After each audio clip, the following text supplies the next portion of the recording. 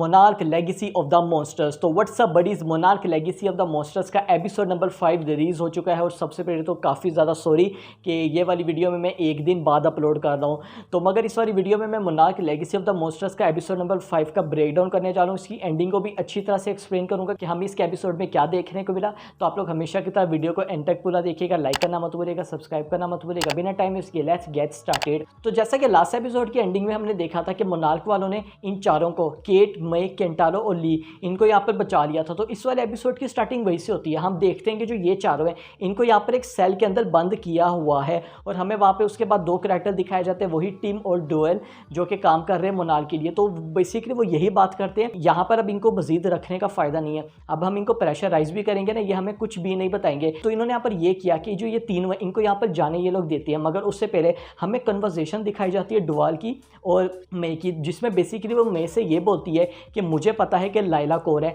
आप लोगों को पता होगा हमें एक मई कैरेक्टर दिखाई जा रही थी कि वो काफ़ी ज़्यादा प्रीवियस एपिसोड में मैं दिखाया जा रहा था, वो फ़ोन में किसी से बात कर ली है और लास्ट एपिसोड में उसने केट से कहा था कि अगर यहाँ पर मेरी डेथ हो जाती है तो मैं चाहती हूँ कि तुम लाइला को सब कुछ बता दो। तो उसके बारे में वो ये कहती है मुझे पता है लाइला कौन है। और ये जो ही मई सुनती है वो काफ़ी ज़्यादा शॉक हो जाती है। अगर आप लोगों को भी नहीं पता तो जो लाइला है वो है मई की सिस्टर, हमें यहाँ पर दिखाई जा रही है। तो आई एम श्योर हमें आने वाले एपिसोड में ज़रूर दिखाया जाएगा। और हम उसके बाद देखते हैं कि इन तीनों को जो है ना ये लोग छोड़ देते हैं और ये तीनों उसके बाद ये फैसला करते हैं कि हमें अलास्का से जापान नहीं जाना चाहिए, क्योंकि हमने जापान में सब कुछ देख लिया है, हमें अपने फादर का क्लू वहाँ पर मजीद नहीं मिलेगा। तो वो क्या करते हैं, वो ये फैसला करते हैं कि वो सीधा चले जाते हैं अलास्का से to San Francisco. Yes, San Francisco वही है जहाँ पर जी-डे हुआ था, जहाँ पर गॉडजिला ने सबसे पहले अटैक किया था।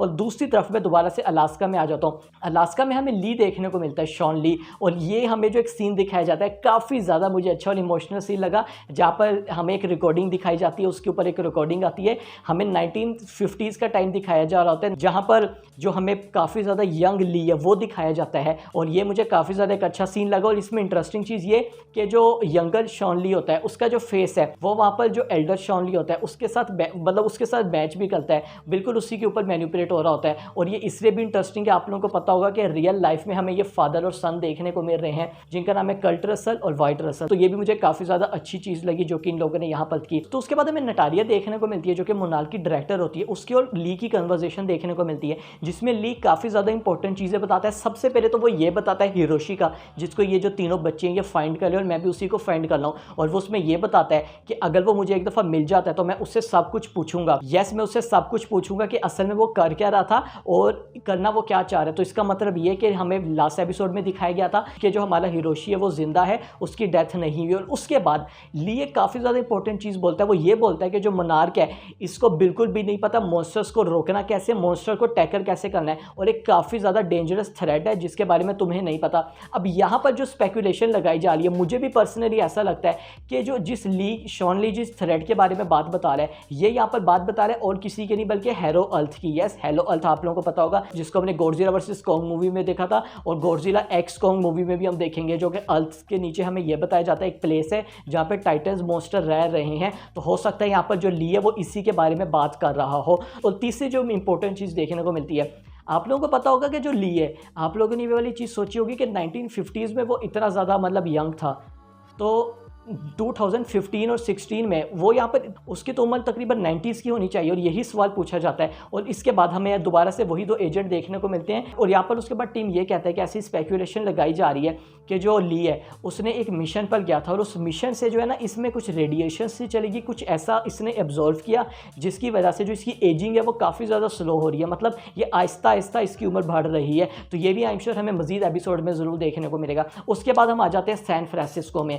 तो भाई साहब हमें सैन फ्रांसिस्को दिखाया जाता है और सैन फ्रांसिस्को में सबसे इंपॉर्टेंट चीज़ हमें ये देखने को मिलती है कि 2015 जी-डे का एक साल बाद वाला वाक़या, और अभी भी सैन फ्रांसिस्को काफ़ी ज़्यादा डिस्ट्रॉय हुआ है। और जिन लोगों की वहाँ पर जो है ना घर वगैरह सब डिस्ट्रॉय हुए थे, गवर्नमेंट ने, एजेंसी ने उनको वहाँ पर एक रिहाइश भी दी है। तो ये इन लोगों ने काफ़ी ज़्यादा एक अच्छी चीज़ की। और यहाँ पर हमें काफ़ी ज़्यादा न्यू डिटेल्स रिवील होती हैं। सबसे मेन डिटेल पे आ जाता हूँ, तो हमें यहाँ पर दिखाई जाती है जो हमारी केट होती है उसकी मदर कैरोलाइन, हमें इन दोनों की कन्वर्सेशन दिखाई जाती है और हम देखते देखते हैं कि कैरोलाइन को जो ही पता लगता है कि जो हिरोशी है मेरा हस्बैंड वो जापान गया था और उसकी वहाँ पे दूसरी फैमिली है, उसकी वहाँ पर जो मुलाकात भी केंटारो से होती है, तो वो भी काफ़ी ज़्यादा शौक हो जाती है। केट और उसके दरमियान हमें एक बहस भी देखने को मिलती है जिसमें केट उसको यही बोलती है कि तुम यही चाहती थी ना कि मैं घर से बाहर निकलूँ, मतलब मैं घर पे ना कमरे के अंदर ना बैठा करूँ, तो यस अब यहाँ पर मैं जा रही हूँ अपने फादर के ऑफिस में। और हमें उसके बाद ये दिखाया जाता है कि जो ये तीनों हैं ये तीनों चले जाते हैं उस रेड जोन एरिया में। ये याद रही ये वही एरिया है जहाँ पे गॉडजिला और हमें जो टाइटन्स दिखाया गया था उसकी फाइट हुई थी और काफ़ी ज़्यादा हमें चीज़ें दिखाई जाती हैं जो कि अभी तक बिल्कुल वैसी की ही वैसी हैं। एक साल बाद भी गॉडजिला ने जहाँ पर हमला किया था, जो हमें सैन फ्रांसिस्को का ब्रिज दिखाया जाता है जो कि काफ़ी ज़्यादा डिस्ट्रॉय हो गया है। और उसी बीच में यहाँ पर 2014 का भी टाइम दिखाया जाता है जब यहाँ पर जी डे हुआ था उससे 2 दिन पहले, और हमें वहाँ पर केट के बारे में दिखाया जाता है। और हमें यहाँ पर ये चीज़ रिवील होती है जो केट है उसकी एक गर्लफ्रेंड भी हुआ करती थी, जो केट स्कूल टीचर है जो कि इसकी गर्लफ्रेंड थी वो भी एक स्कूल टीचर यानी कि कोलीग ही हुआ करती थी। मगर इन दोनों के दरमियान आगे जाके ना थोड़ी सी तरक कलामी हो गई, थोड़ी सी इन दोनों के दरमियान हमें तकरार देखने को मिल गई। और इसलिए देखने को मिल गई क्योंकि जो केट है वो उसी टाइम में किसी और लड़की को भी देख रही थी साथ में। और हमें ये दिखाया जाता है जो केट है वो इस टाइम जो है ना सफ़र कर रही है और किसी से नहीं बल्कि PTSD जिसको कहते हैं पोस्ट ट्रॉमेटिक स्ट्रेस ऑर्डर, वो इसी से, क्योंकि गॉडजिला ने जो अटैक किया था उसने काफ़ी अपने नज़दीक आंखों से वो सब कुछ होते हुए देखा है। तो यहाँ पर हम देखते हैं कि जो ये तीनों रेड जोन में जाते हैं वहाँ पर जो है ना केट को काफ़ी ज़्यादा पास्ट की चीज़ें याद आ रही होती हैं। और फाइनली हम देखते हैं कि बचते बचाते छुपते छुपाए अपने फादर के ऑफिस पहुँच जाते हैं। और जो ही अपने फादर के ऑफिस पहुँचते हैं इनको वहाँ पर कुछ भी नहीं मिलता मगर एक मैप मिलता है। और मैप में सबसे इंपॉर्टेंट चीज़ यही होती है कि मैप को ना ये एक जगह रखते हैं और लाइट सोर्स की मदद से इनको वहाँ पर उसके अंदर एक मैप देखने को मिलता है जो कि छुपा हुआ होता है। और उसके बाद इनको ये भी रिवील होता है कि उसमें लोकेशंस होती हैं अलास्का, जापान और अगली होती है अफ्रीका। इसका मतलब जो हिरोशी है इनके फादर वो इस टाइम अफ्रीका में है। और उसके बाद हम ये देखते हैं जो ये तीनों हैं घर चले जाते हैं और यही फैसला करते हैं अब हमें अफ्रीका जाना होगा अपने फादर को ढूंढने के लिए। मगर यहाँ पर जो काफ़ी ज़्यादा इंपॉर्टेंट चीज़ हम देखते हैं हमें यहाँ पर मई देखने को मिलती हैं जो कि फ़ोन कॉल करती है। और ये वाली फ़ोन कॉल वो करती है और किसी को नहीं बल्कि डुवेल को, क्योंकि इससे पहले जो स्टार्टिंग में इनकी कन्वर्सेशन हुई थी वहाँ पर डुवेल ने ये कहा था कि तुम्हें कोई भी इन्फॉर्मेशन मिले तो तुम मुझे दे दो, हम दोनों साथ काम कर सकते हैं।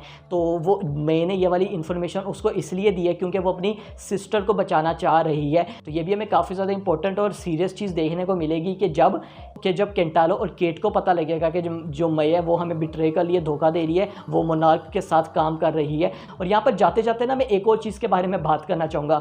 मैं यहाँ पर हिरोशी के बारे में बात करना चाहूँगा। मुझे ऐसा पर्सनली लग रहा है क्योंकि मैंने इसके 5 एपिसोड देख रहे हैं, जो यहाँ पर केट है वो हिरोशी की बायोलॉजिकल डॉटर है, मगर मुझे ऐसा लगता है जो केंटारो है वो यहाँ पर हिरोशी का बायोलॉजिकल सन नहीं है। तो मुझे ऐसा लगता है कि हुआ ये वाला सीन होगा कि जो हिरोशी है वो केट और उसकी मदर को इसलिए छोड़ के चला गया होगा क्योंकि उसको वहाँ पर किसी को बचाना होगा और उसने वहाँ पर किसी से प्रोमिस किया होगा। और वहाँ पर जो जिस फैमिली को वो बचाएगा वो वाली फैमिली होगी केंटारो की और उसके मदर की। यस, इन दोनों को वो वहाँ पर बचाएगा। ये वाला वाक़या तब हुआ होगा, तो ये भी हमें किसी हद तक चीज़ देखने को मिल सकती है। तो आई एम श्योर कि हमें कुछ तो ये लोग बताएंगे कि ऐसा हिरोशी क्या काम कर रहा था। और मुझे ऐसा लगता है जो हिरोशी है वो यहाँ पर होलो अर्थ है उसी को डिस्कवर कर रहा था, मोल टाइटन्स को डिस्कवर कर रहा था। और यस, ये हमें सारी चीज़ें देखने को मिल गई हैं। तो बस वो वाला वीडियो में यही था। आप लोग वीडियो को लाइक करना मत भूलिएगा, सब्सक्राइब करना मत भूलिएगा। अगर आप लोगों को वाली वीडियो अच्छी लगी अपने दोस्तों के साथ शेयर भी जरूर कीजिएगा। I will see you guys in my next video.